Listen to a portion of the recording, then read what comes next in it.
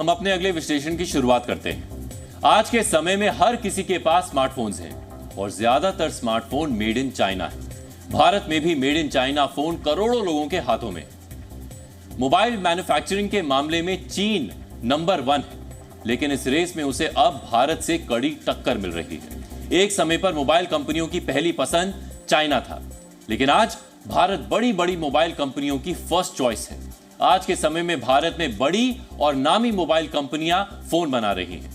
Mobile phone बनाने की race में भारत जिस तेजी से आगे बढ़ा है, उससे चीन परेशान जरूर होगा।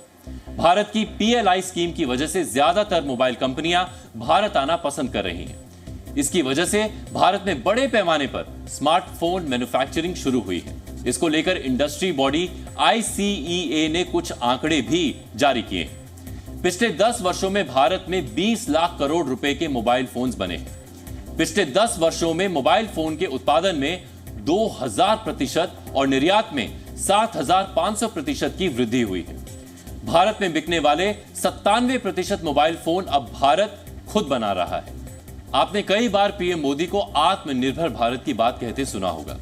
मेक इन इंडिया कार्यक्रम भी उसी कड़ी का हिस्सा है और इसी के तहत सरकार देश में मोबाइल मैन्युफैक्चरिंग को बढ़ावा दे रही है। साथ ही भारत में ही मोबाइल पार्ट्स और बैटरी बनाने पर जोर दे रही है। मोबाइल कंपनियों को आर्थिक तौर पर मदद भी दी जा रही है।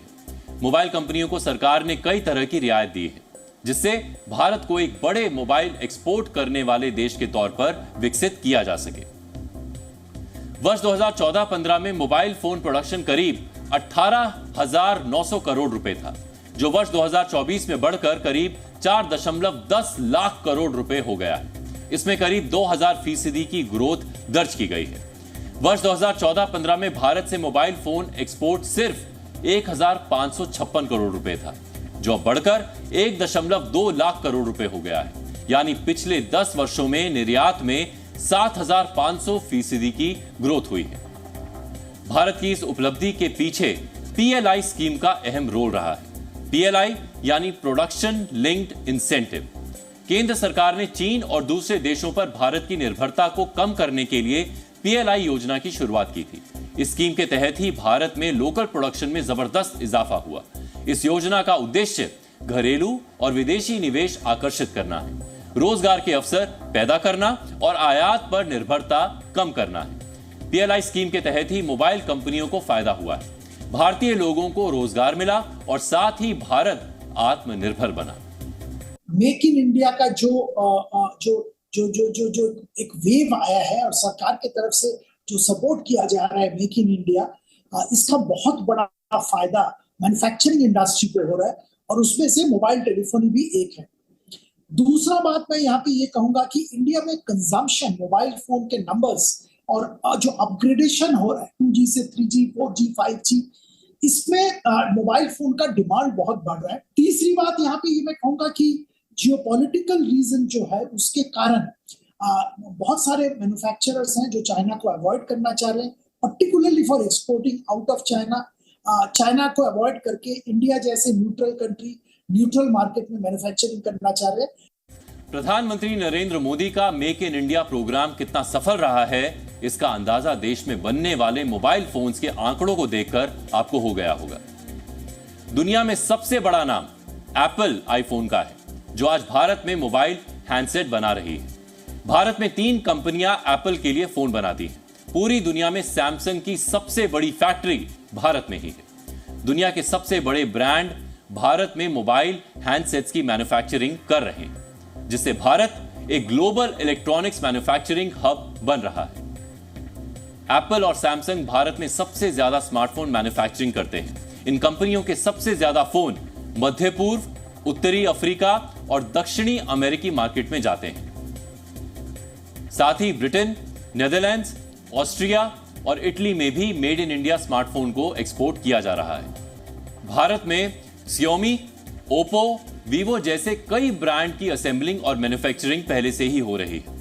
एप्पल कंपनी फोन के अलावा अपने दूसरे डिवाइसेस की मैन्युफैक्चरिंग भी अब भारत ट्रांसफर करने का मन बना रही है, जो भारत के लिए एक गुड न्यूज है। भारत ने वर्ष 2023 में $10.9 अरब के स्मार्टफोन का निर्यात किया था, जबकि वर्ष 2024 के पहले 2 महीने में कुल 2.43 अरब डॉलर का निर्यात किया है। वर्ष 2023 में संयुक्त अरब अमीरात को 2.57 अरब डॉलर के स्मार्टफोन का निर्यात किया गया था।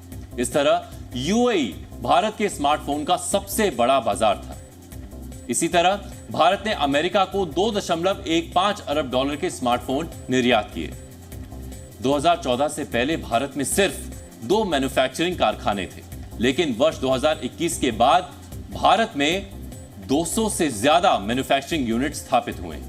जिस तरह से चीन से एक एक करके दुनिया भर की कंपनियां दूसरे देशों की ओर रुख कर रही हैं, उससे साफ है कि दुनिया की बड़ी इकोनॉमीज का चीन से मोह भंग हो रहा है। दूसरी सबसे बड़ी बात यह है कि इन बड़ी कंपनियों को चीन में मैन्युफैक्चरिंग कॉस्ट ज्यादा लग रही है।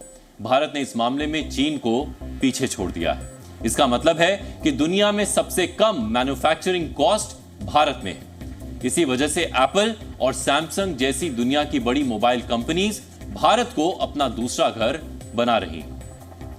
भारत ने मेक इन इंडिया के तहत जो प्रयास कुछ वर्षों पहले शुरू किए थे, उनका परिणाम अब दिखने लगा है। चाहे वो सामरिक क्षमता हो, सेना के लिए हथियार हो या फिर मोबाइल फोन का बाजार, भारत के कदम बढ़ रहे हैं और देश लगातार प्रगति पथ पर है। अब आज का प्रेरक विचार: देने के लिए दान, लेने के लिए ज्ञान और त्यागने के लिए अभिमान सबसे उत्तम है।